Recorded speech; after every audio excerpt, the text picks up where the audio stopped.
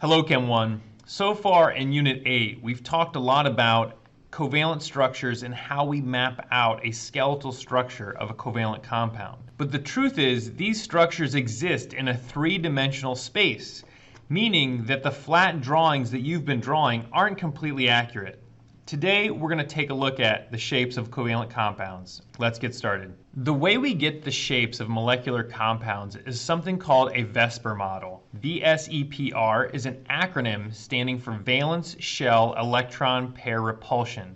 The key word there is repulsion, because we know that the bonds are made up by electrons, and those electrons are all negative, and negative charges repel from one another, meaning that the bonds in a molecule at any point in time are going to arrange in a way to get themselves as far away from each other as possible. And therefore, depending on how many bonds and how many lone pairs a given molecule has will determine the shape of that molecule. So the first thing we're going to do is draw the Lewis structure. Then we're going to count the number of electron domains around the central atom.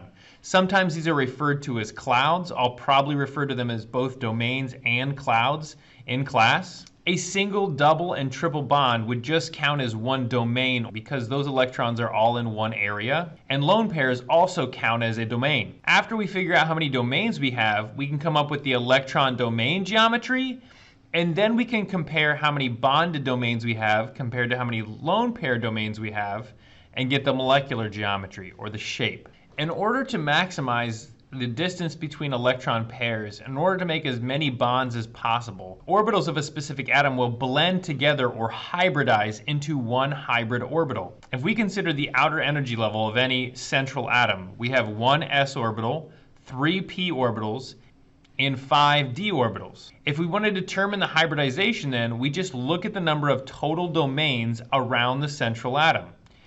If there are 2 domains, that's going to be the hybridization of an s and a p orbital, and therefore we call the hybridization sp. If there are 3 total domains around the central atom, that's going to be 1s and 2p, and therefore sp2. And if there are 4 domains around the central atom, you guessed it, it'd be 1s and 3p and sp3. Most of our diagrams will max out with 4 domains around the central atom. You can have 5 or 6. In that case, you would start to integrate d orbitals into that hybridization. So you'd get sp3d for 5 domains and sp3d2 if you had 6 domains around the central atom. Hydrogen does not form hybridization. Why? It only has the one s orbital available and therefore does not blend. So you can see here an example of a hybridized orbital.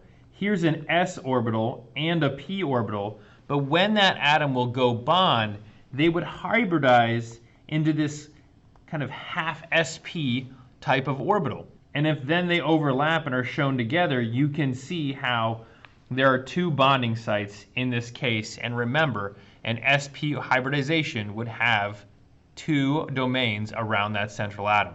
If we have 3 domains that are involved around a central atom, that would be 1s and then 2 p orbitals. And if they hybridize together, we'd get 1, 2, 3 sp2s, and when they're all together, it'd look like this. And they'd have 3 places to bond. And you can start to see that that looks a little bit like a triangle, which we're going to get to here shortly. And finally, if we have 4 domains around the central atom, that's 1s, and then 3 p orbitals blended together in 4 different ways. We would call that hybridization sp3. And you can see how those 4 hybrids form something that looks a little like a pyramid, or what we call a tetrahedral. Now that we've talked about hybridization, let's start talking about shape and how it's determined. Shape is typically determined based on the number of bonded pairs or shared pairs versus the number of unshared pairs. Unshared pairs, even though they're lone pairs, they're still electrically negative, are going to repel those bonds. So let's take a look. If we look at water down here, we know, and we've drawn water enough at this point to know that the central atom is oxygen. It has 2 bonded pairs and 2 lone pairs. So those lone pairs are going to push the bonds into an angle. This is why water has a bent shape, because of those 2 lone pairs. This would be a correct shape representation or geometry of water. can hold it like this or like this, but it's still bent. And it's because it has two shared pairs and two unshared pairs. Another example of a lone pair pushing bonds into a shape would be with NH3 or ammonia. We would call this trigonal because it has three shared pairs. So we have three hydrogens on the bottom. And then you have to kind of imagine a lone pair up here at the top pushing those bonds into this pyramid configuration. I know it's kind of slight, but it is a pyramid because there's an imaginary lone pair up here pushing that into this shape. So anytime you have three bonds and one lone pair, that's trigonal pyramidal. Anytime you have two bonds and one unshared pair, or two unshared pairs, that's going to be bent. Here are some other geometries based on other hybridization.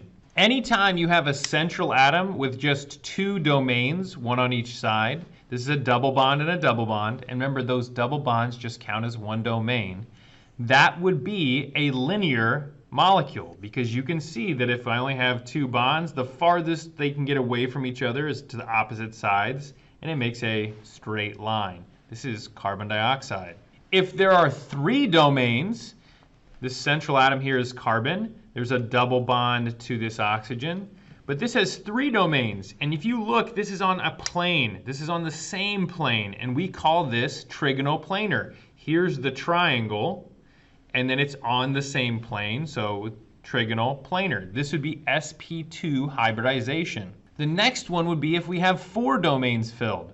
So we've got a central carbon here. We know carbon can make four bonds. So if it's four bonds and zero lone pairs, it's going to be what we call a tetrahedral. This is a tetrahedral shape. Notice when we're naming the molecule geometry, we only look at the bonds. Technically, ammonia and methane both have four domains around the central atom, but ammonia has a lone pair domain, which doesn't affect the shape. That's why this is trigonal pyramidal, where methane has four bonds, and therefore this is tetrahedral. This would be a molecule with five domains. We'd call that trigonal bipyramidal. You can see how there's a pyramid up and a pyramid down, okay? And this is a molecule that would be an octahedral. It would have six domains filled around a central atom. You can see how there's kind of a pyramid with a base of 4 at the bottom that goes up, and a pyramid with a base of 4 that goes down. These last two are not as common, and the hybridization is not as common because they involve d orbitals. Tune in for the next video where we'll show you how to fill out the shape chart that we've been working on in class. I hope that gives you some background about how we identify shape after we've drawn the Lewis structures and looked at that central atom and the domains around that central atom. There's really only a few shapes to know. Bent, trigonal pyramidal, which will have lone pairs, and then we have linear, planar, and tetrahedral, which will only have bonded pairs. Now that you have this information, you should be able to draw Lewis structures and identify the shape of those structures. Keep practicing at this. We will see you soon.